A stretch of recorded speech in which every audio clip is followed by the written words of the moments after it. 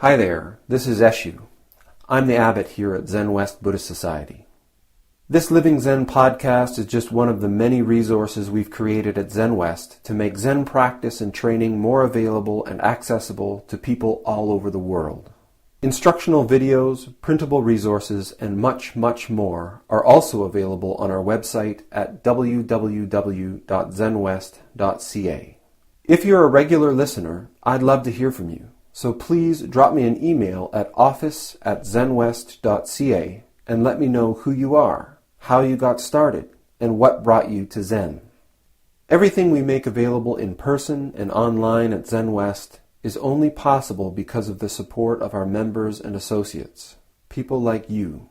If the efforts of our community are making a difference in your life, I'd like to invite you to show your support and take part in making it happen by becoming an associate or member of the Zenwest Sangha.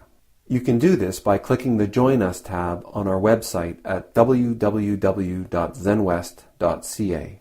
Thank you for your support, and thanks for listening. So you can all relax or adjust or not, whatever you see fit.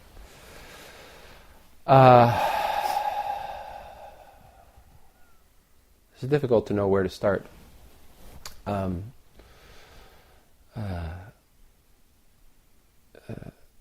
It's been my practice for several years now to give about 2 or 3 talks a week. And it's been about 6 weeks, and I think I've given 1, maybe 2 talks in that time.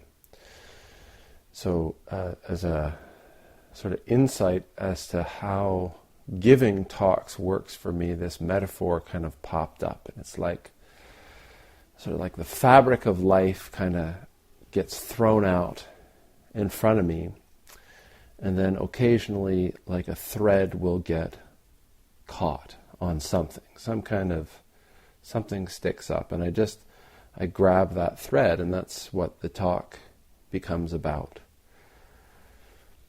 And just because I'm not giving talks doesn't mean that I'm not seeing things in this way. So over the past 6 weeks, there's been these threads that sort of have popped out, and I kind of grasp hold of them and start pulling on them.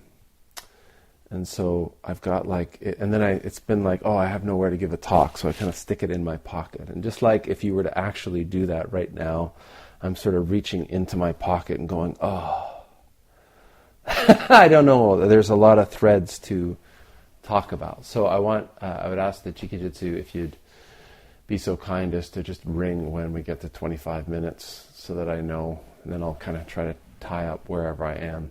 My concern is that it might be like when you put scan on your radio in the car, and it's like you get like 2 minutes of country and 2 minutes of gospel, and So the first thing I really want to say is thank you to everybody. It's been a long time since I've been able to sit here and give a talk. Surprising and difficult challenges with family and my sister, and then like a session strangely thrown in the middle of that. It's been a lot of time away for me.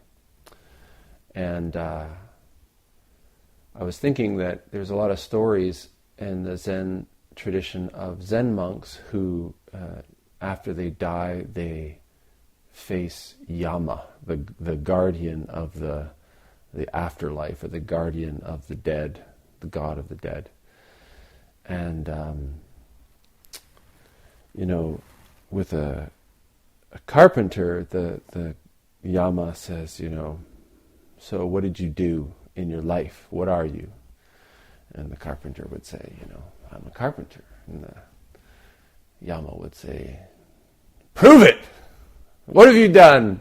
And so the carpenter could make something, or the swordsmith, or the candle maker, or the computer programmer. They can all make something. And this is always a problem for Zen monks in the stories, because Yama says, well, what are you? What do you do? And the Zen monk goes, I'm a Zen monk. I'm a practice awakening. And so then Yama says, so show me! Oh, this is a problematic situation. And this is part of our tradition, is this requirement to demonstrate. So when I first got the call that my sister was diagnosed with cancer and was in the hospital, I knew I called her and I said, well, do you want me to come? And she said, yes. So I said, okay, I'll come. And the support that I got from the community was universal. There wasn't anybody that said, well, the AGM's coming and you really should. Everyone said, like, as much time as you need and as much time as you want and all this kind of stuff. And so I was very grateful to have that opportunity. But it very quickly became apparent to me that this position that I'm in is a very unusual and a very precious one, because I've enjoyed an incredible amount of time away from work, so to speak. And nobody's been sort of breathing like, when are you coming back, and all this kind of stuff. But what I realized is that as much as I am grateful for the opportunity to go and take the time to do this, it is my job. And the community very much has said, you talk, Eshu. You give these talks about how to be with people and be in life and make relationship. And this experience, in a lot of ways, has been my community and all of you supporting me in practice, but also saying, prove it.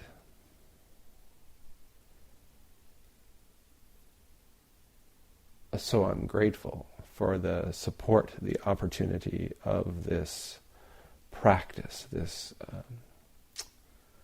Sangha.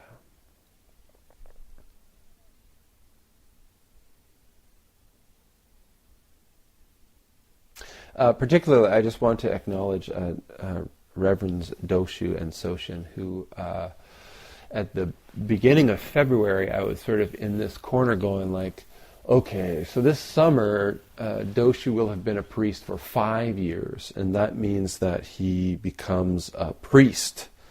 And in our tradition, this is like he becomes a curate, a sort of substitute priest. So when I'm away, Doshu is fully qualified, to do virtually all of the things that I do. But one of the problems that I've really seen in the Zen tradition, in at least how it is in the West, is that, well, what happens if that guy never goes away? Then you've got this sort of like title, but there's no experience. I have had many talks with my friend Daitetsu about this, and this was very much the circumstance. He's been a priest ordained for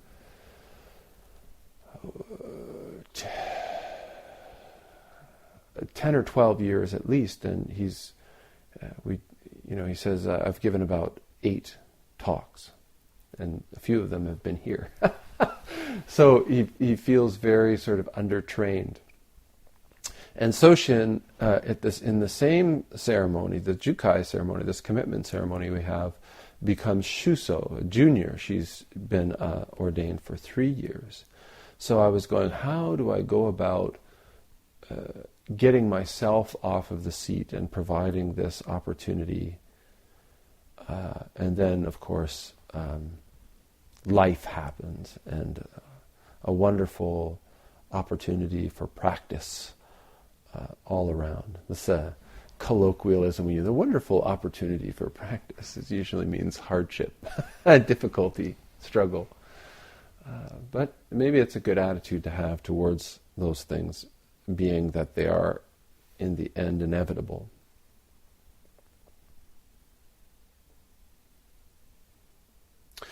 God, there's so many things I want to talk about that have come up in these weeks. I think we all as a community really need to look at death, look at, not just in a philosophical sense, although I think that that's crucial in our practice, but in a very practical sense. Having gone through the challenges of the mere just the sort of nuts and bolts of what to do with a dead body. What do you want to do with your dead body? What do we do in this tradition? What's sort of historical? What's the sort of outlook of that? How do we relate to people around us in our families and communities? How do we manage the finances of even disposing of the body? In Ontario, we went with a very simple cremation with my sister. $3,000. No urn involved and no casket really involved. $3,000 just to reduce us to our most primary elements. Amazing. And one of the things that we can do as a community is really embrace that, take responsibility for that.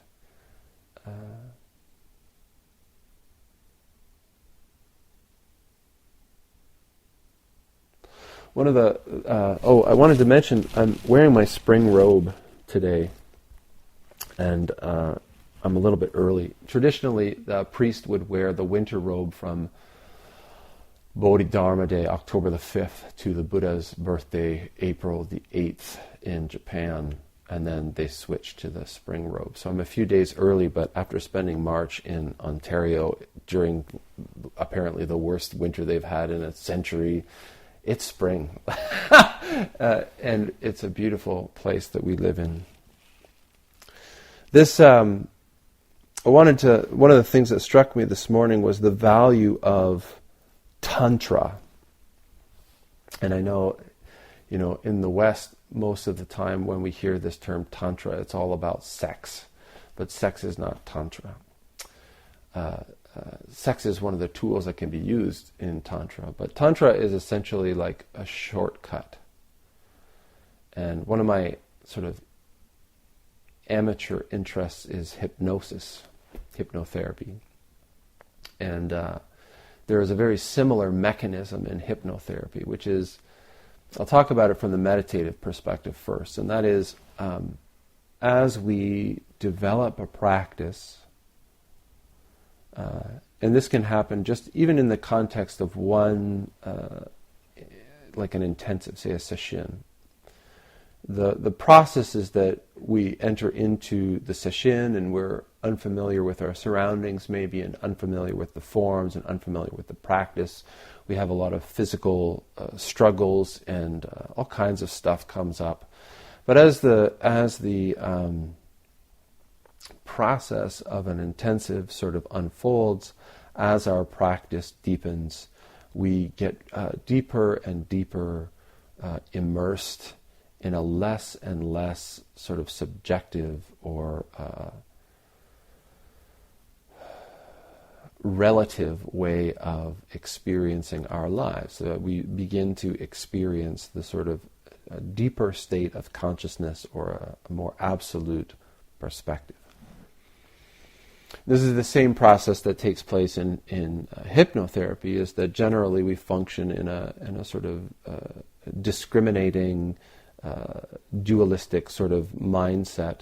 And as that sort of opens up into the subconscious, the sort of boundaries sort of fade away, and we again get into this more sort of absolute state, consciousness, where anything is possible. Now in practice, what happens is we have these little rituals. We have incense, and we have clothing, we have form. And I had a really strong sort of experience of this morning. Tantra. So what Tantra is using these kinds of mental, physical, sensory cues to allow us to sort of bypass a whole bunch of struggle and allow us to sort of drop into a much deeper state of consciousness. In hypnosis, there's techniques where you use like images of a door or an elevator or anything like this, like a trapdoor, things like this, where the first few times maybe you need to walk through this whole really gradual process of relaxation and opening. But the more comfortable that you get with that, you can insert this image of a door or an elevator that allows you to just descend very rapidly to a much deeper state of consciousness. So this morning, as we came in, I realized that much of the past month I've been operating in sort of almost like a very,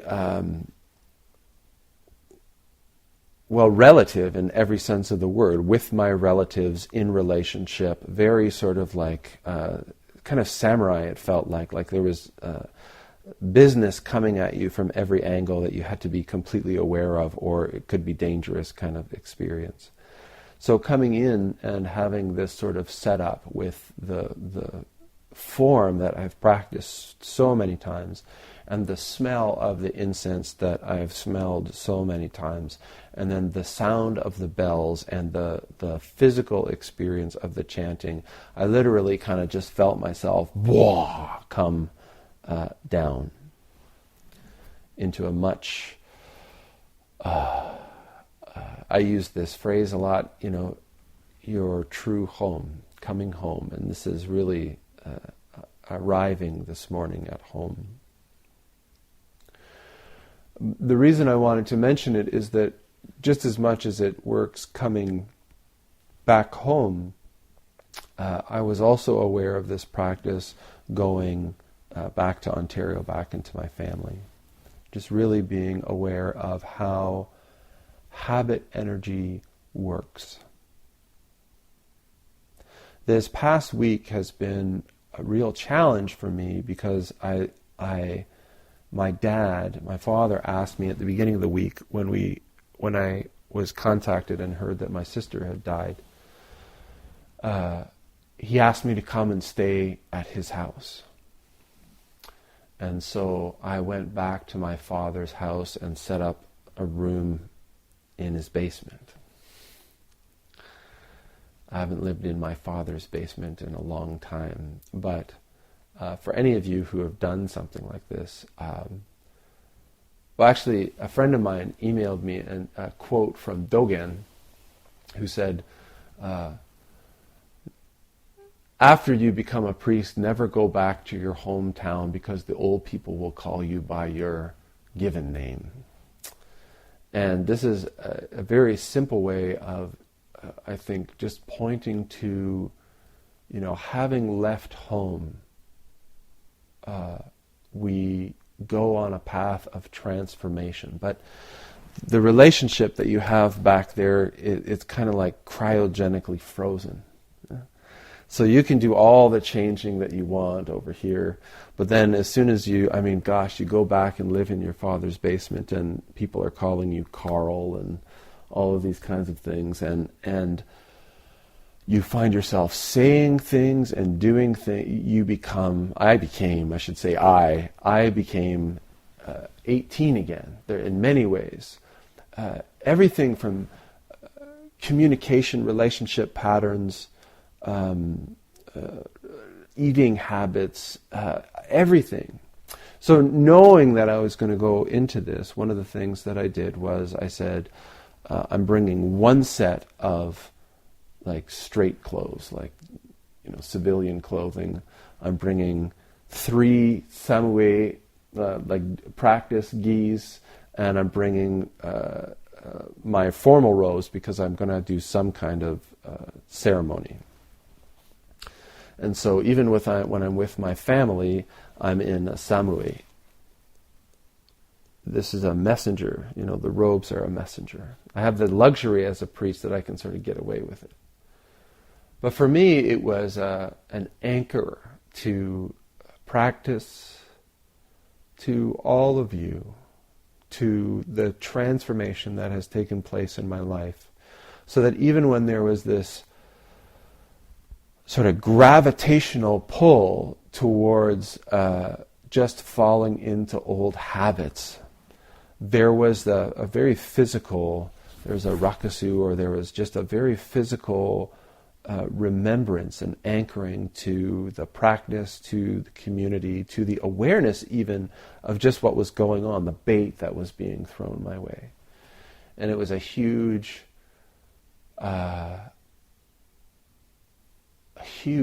benefit. I got back yesterday and I felt like,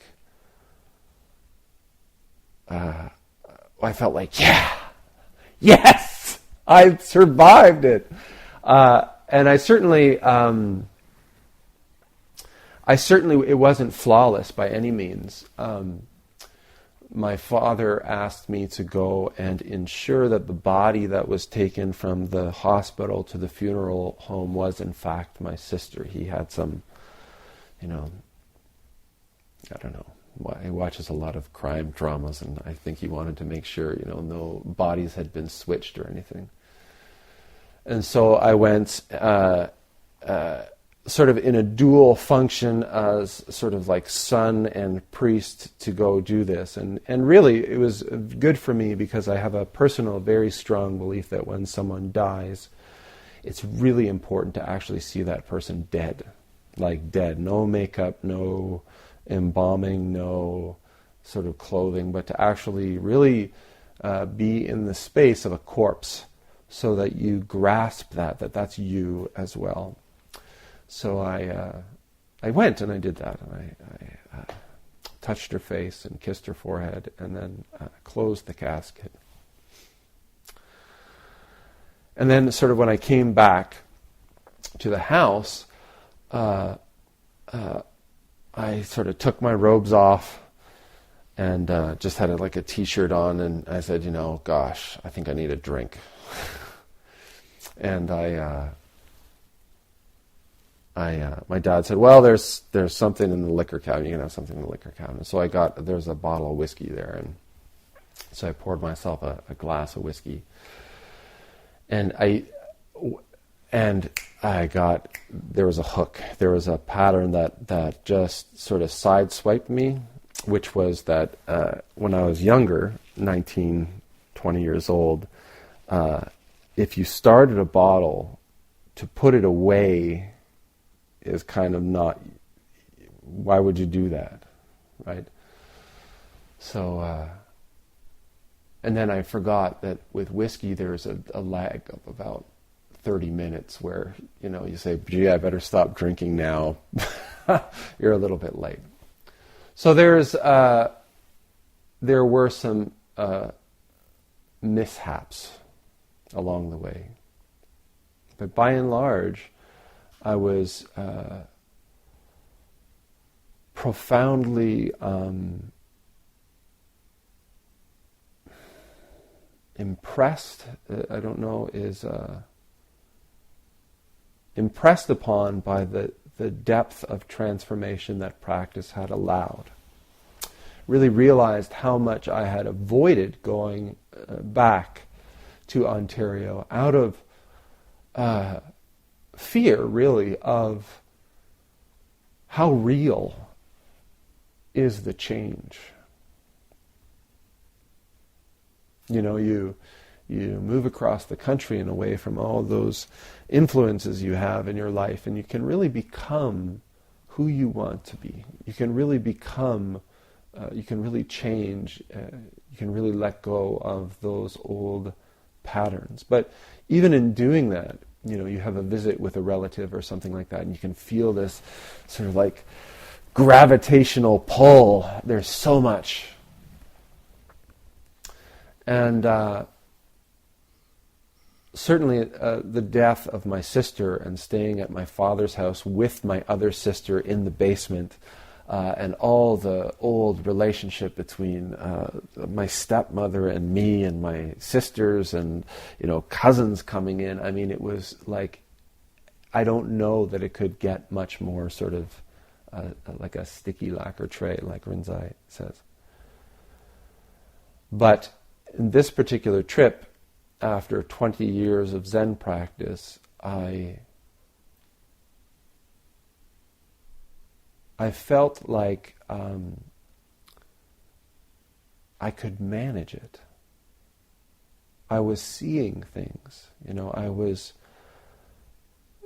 When people would speak, or when people would sort of triangulate themselves in a sort of emotional posture, I could see it. I could know what was coming, and I could sidestep it, and many times actually transform it into a much more positive circumstance.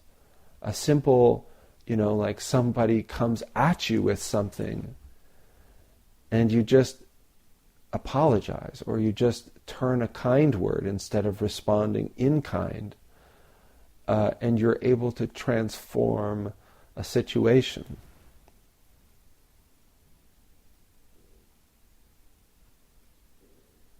So I came back more committed to this practice and more committed to this community, because this is another thing that just blew my mind. I left Ontario 20 years ago, and going back I thought, oh gosh, I got to try and find a meditation group or a Zen group in the area that I can go to while I'm there, just as a refuge, or I'm going to totally lose my marbles. And I looked, and there is nothing.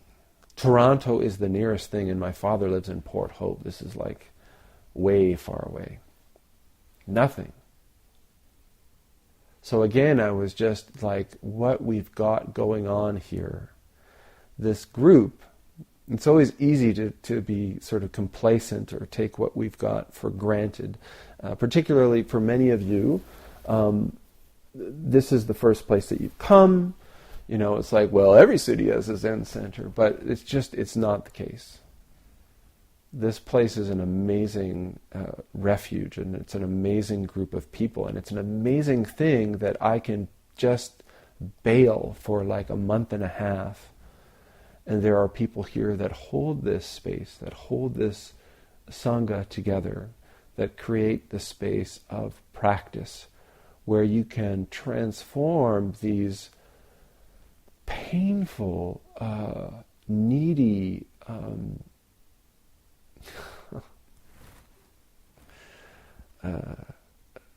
experiences into an opportunity to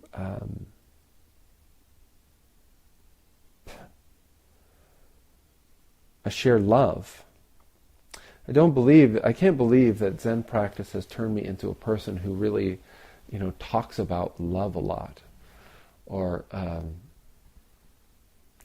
really sees life as an opportunity to either expand into a sort of unconditional embrace of our experience,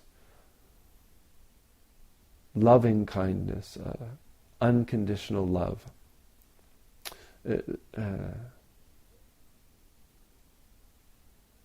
Many of my teachers have often used these phrases, and I've always kind of like shied away from them. Maybe I didn't know what they really meant.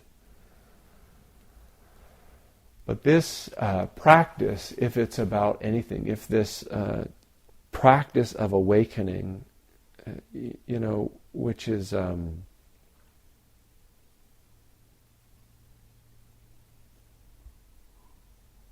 often spoken about, is about anything. It is this experience of unconditioned love. When I was in Seattle, Daitetsu gave me a copy of a book,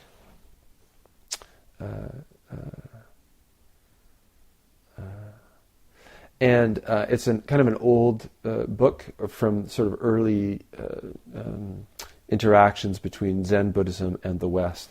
And one of the things that I find most really striking about it is the way that the word shin has been translated, which nowadays, almost universally in books about Buddhism, Shin is translated as mind. And I talk about this all the time and say, when you see mind, you have to understand that it's Shin, which can also be translated as heart. So it's like heart-mind.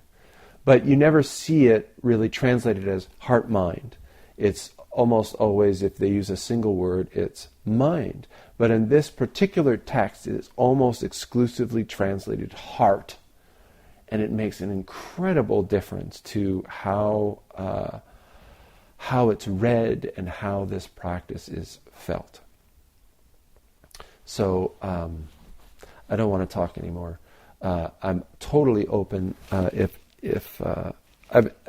Something I should say is that the experience that I've had with my sister, there's a lot there. I'm going to be talking about it for months. So if you have any questions about any aspect of my experience with what has transpired or what's transpiring right now within me or within my family, please ask. I've tried to be totally public about it on Facebook, and I've tried to send emails that are totally open about it. Part of my practice, part of the way that I take my practice or my position in this community is to be that way. We live in a world where it's like we're not supposed to have feelings. We don't talk about death. We don't talk about sort of like difficult family transactions unless they're sort of at arm's length. But you all support me in your practice, in your membership in the Zen Center. You all offer this opportunity and demand of me demonstrate. So I've committed my life to practice this teaching that's been shared with me and that I try to share with other people. But I really want to sort of throw that out there that if you have questions, if you want to know what's going on with me or how that plays out or what that looks like from my perspective, please ask.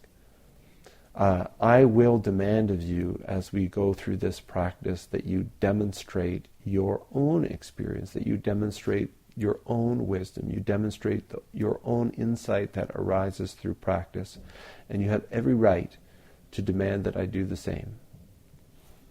Okay. Thanks for listening to the Living Zen podcast. If you follow Living Zen through iTunes, I would very much appreciate it if you would take a moment to let me know what you think about it by rating or reviewing the podcast, so that new listeners can also hear what you have to say. Thank you for your time and for your support.